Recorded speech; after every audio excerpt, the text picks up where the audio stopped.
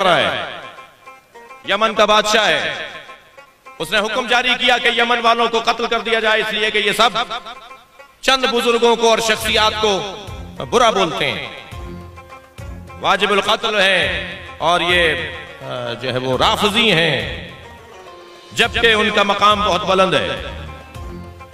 जी कहा गया जी फला फला फला फला फला फला फला लोगों को ये बुरा बोलते हैं, उनका मकाम बहुत बुलंद है। दलील क्या है कि उनका मकाम बुलंद है? किसी ने कहा जी दलील, कहने लगे देखो फला बाग के अंदर जो दरख्त अनार का लगा हुआ है उसके अनार के ऊपर इनके नाम छपे हुए हैं, कुदरती तौर पर इनके नाम कंदा हुए हैं। अगर अल्लाह इनसे प्यार ना कर रहा होता, अगर अल्लाह के नजदीक इनका मकाम नहीं होता तो ये दरख्त अनार के ऊपर इनके नाम लिखे हुए हैं। जी बुला लिया गया, मुहम्मदून सलासा, 3 मोहम्मद नामी हमारे मुज्तहिदीन उस वक्त में। बताओ जवाब दो, जाके देखा साहब अनार के ऊपर वाकई कुछ नाम लिखे हुए हैं, ये तो अल्लाह ने नाम लिख के भेज दिया अनारों पर, तुम इन्हें बुरा बोलते हो। इन्होंने कहा जी हमें 3 दिन चाहिए, हम 3 दिन के बाद आपको जवाब देंगे। 3 दिन इन्होंने रोजा रखा। मैं एक आरिफ की खिदमत पे था, जब कोई बहुत बड़ी अजीम हाजत होती है तो उरफा का दस्तूर है कि वो रोजा रखकर दुआ मांगते हैं। मैंने एक बुजुर्ग से पूछा कि क्या फलसफा है कि रोजा रखकर दुआ मांगी जाती है? फरमाने लगे कि रोजा रखने से बदन में शुबहनाक ग़िज़ाएं ज़ाइल हो जाती हैं, तब दुआ कबूल होती है। सलवात पढ़ ले जरा मोहम्मद व आले मोहम्मद।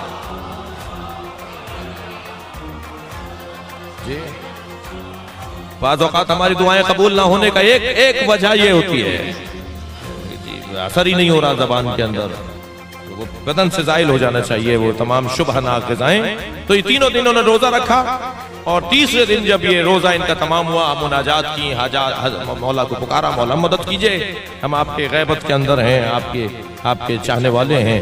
तो बहुत देर मुनाजात करते रहे, कोई रहनुमाई नहीं हुई, तो तीनों उठे के चलते हैं सहरा में, फिर इमाम से इस्तग़ाज़ा करते हैं कि सामने से एक मुसाफिर को आते हुए देखा, जिसका हुलिया इन्हें बता रहा था कि तवील सफर से लौटने वाला है। तो उसने सवारी से उतर के इनसे पूछा कि तुम परेशान लगते हो? कहाँ हमारी परेशानी है, अगर हम उसी से जाके पूछना चाहते हैं जो हमारी परेशानी दूर करेगा। कहने लगे जी मुझसे बयान करो। क्या नहीं आपसे बयान हम क्या करेंगे?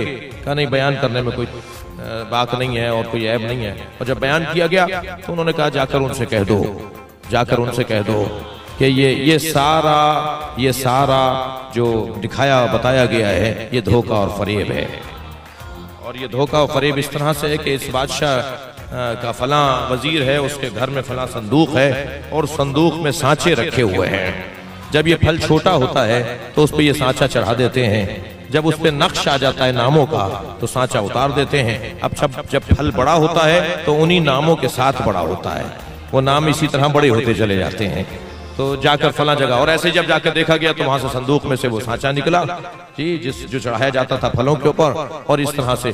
तो जब वो बता के जाने लगे तो उन्होंने कहा कि जी आप कौन हैं? कहने लगे मैं वही हूं जिन्हें तुम 3 दिन से पुकार रहे हो। तो मोहम्मदून सलासा ने आगे बढ़कर कहा कि आप तीसरे दिन आकर हमें क्यों बता रहे हैं? हम तो 3 दिन से आपको पुकार रहे थे। कहने लगे तुमने 3 दिन की मोहलत क्यों मांगी थी?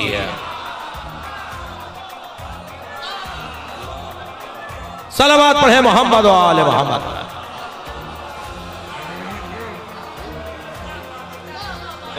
तुमने अगर कहा होता कि 1 दिन चाहिए, हमें 1 लम्हा चाहिए, तुम्हारा खुद ईमान 3 दिन का था। तुम मुझे 3 दिन बाद चाहते थे, मैं 3 दिन बाद आ गया। सलवात पढ़ ले मोहम्मद व आले मोहम्मद।